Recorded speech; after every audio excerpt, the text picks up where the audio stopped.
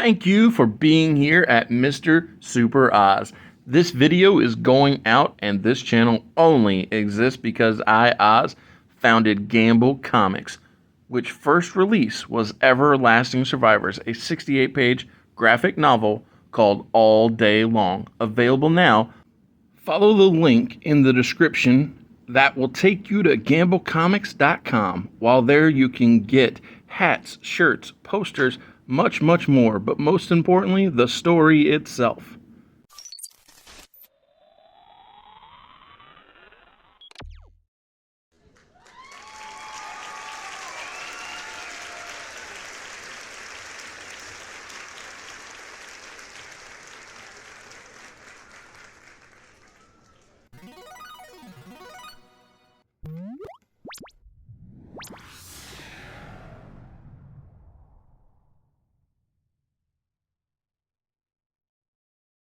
Smackdown.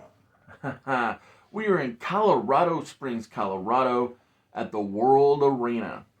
So, Maven once again opens with his television championship defense. Although this week, this time, it's not heel versus heel.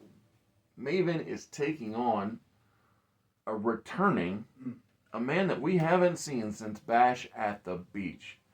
A returning Rodney Mack. Oh, yeah. One of the men that Bradshaw turned on in the NPAA to create the LLC. Tis. And while Rodney and Maven do their best to have a competitive match, or while Rodney does his best to have a competitive match, Maven's not about that. Maven is not about that life, exactly. He rests on Billy Kidman helping him. He rests on Danny Holiday and Doug Basham interfering. He just expects Orlando Jordan to have his back. While JBL is not out there, he wants nothing to do with the MPAA guys. Stayed far away, smart guy. Exactly.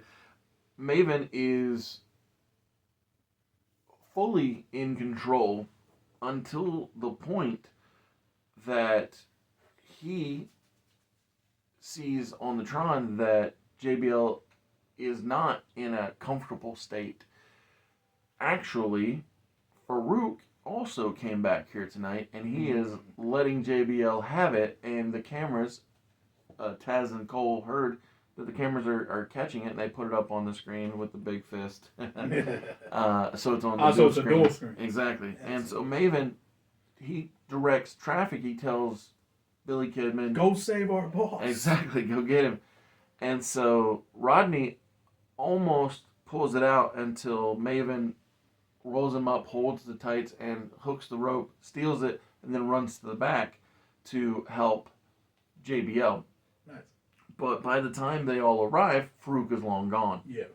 And so it's just, this instance was to prove that the LLC isn't unstoppable, that they aren't so big that they can't be beat. Yeah. Eventually. Too big to fail. They're not too big to fail. There you go.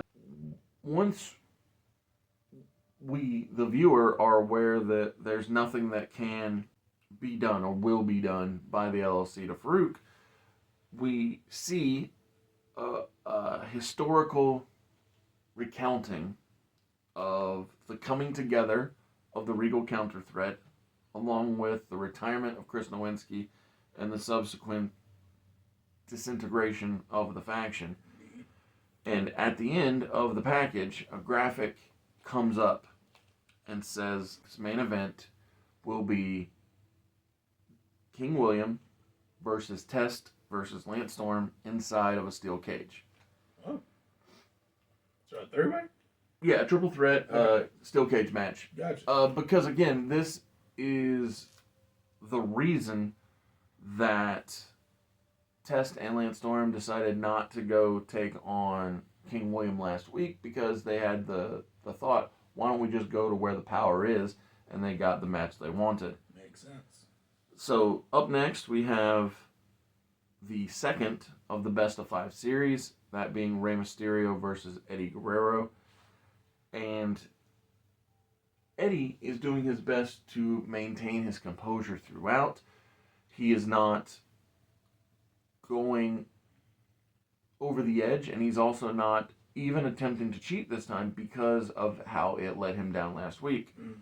But he ends up getting put into a pinning combination, it's not a roll-up or a small package, but one of those like cradles.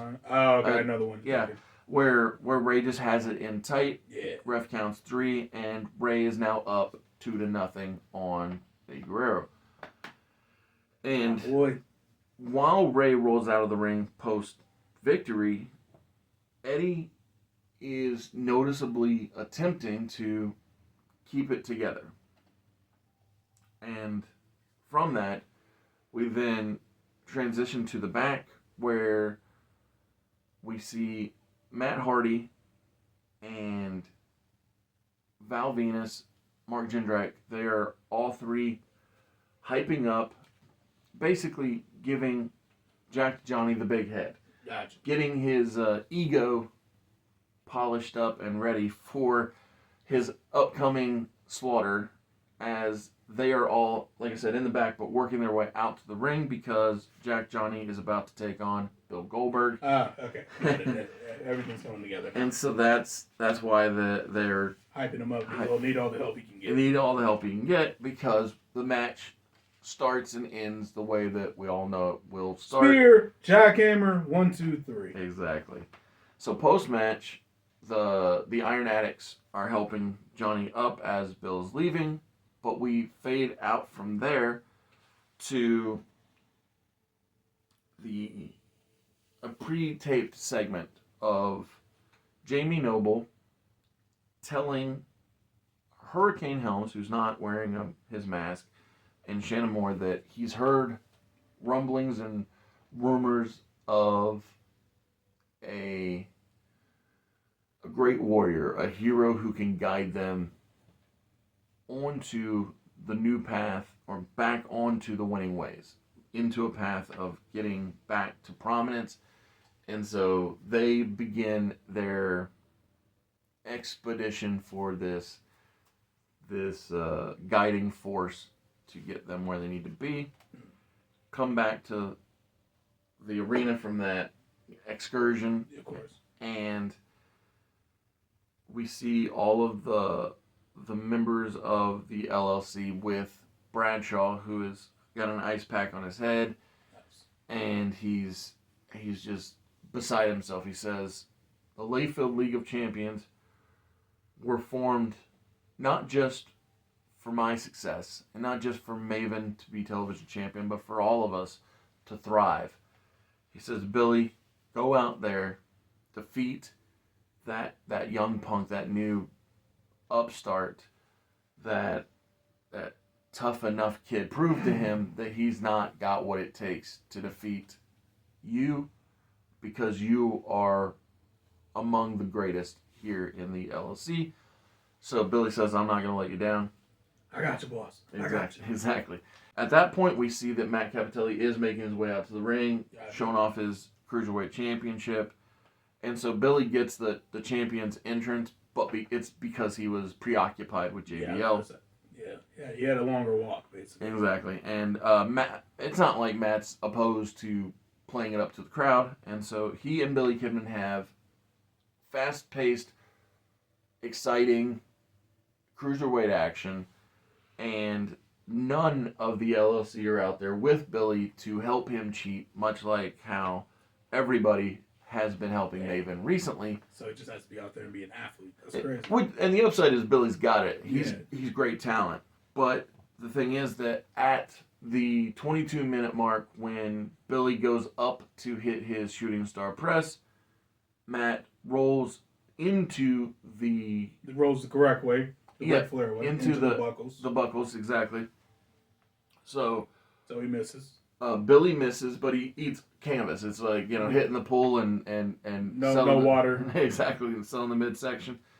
And so when Matt sees that Billy is there prone, it strikes him that perhaps this is the time to try something new.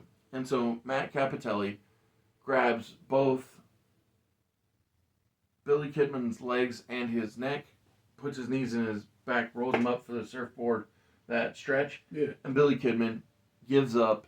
Huh. I don't think I've ever seen anyone tap out to that. Cool. It's not necessarily tap. It's a verbal, like, he's like, oh, not only was I hurt from my fall, but now you extra emphasized it. Yeah. So that's why that I was like, oh, this feels like the right time. To bust out a new submission. Exactly. And I'd never really given Matt a definitive finish at that point because he was so little, there was so little time that he was used. And I was like, oh, this is actually a great way to do it because being in the cruiserweight division, there are often times when people will go for high-risk maneuvers. And miss. And so it's like, oh, use their momentum against them by doing it this way. Not mad at it. I like it. It's the main event for this week.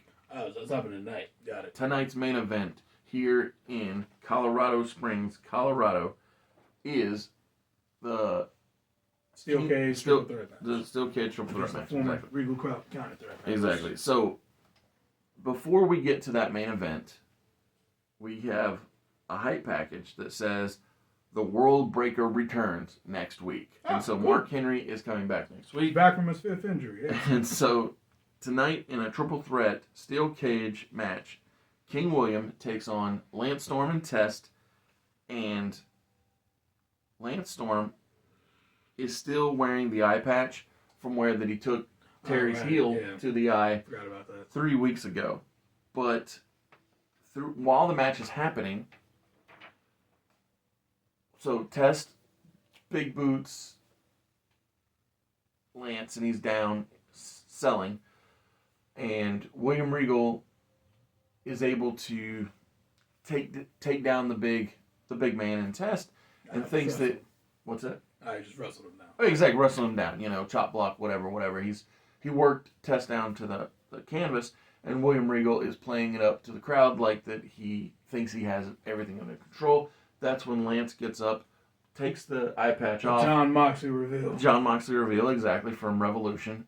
And Lance Storm not only super kicks William Regal in the face, but after Regal is down, he puts the Regal stretch on King William, and William Regal taps out, and Lance Storm wins the steel cage match to put an end to all of the Regal counter threat business and to prove that while as a bishop he was maybe less than or not the top dog, here and now Lance Storm is elevating his own stock by taking out his former leader. Oh yeah. Good for Lance. Love Lance Storm. But yeah, it's a pretty exciting show, I feel like. Yeah, it's good stuff. A lot of things going on and great way to close the month out. The return of Mark Henry is something I always look forward to. Yes, same here. See you.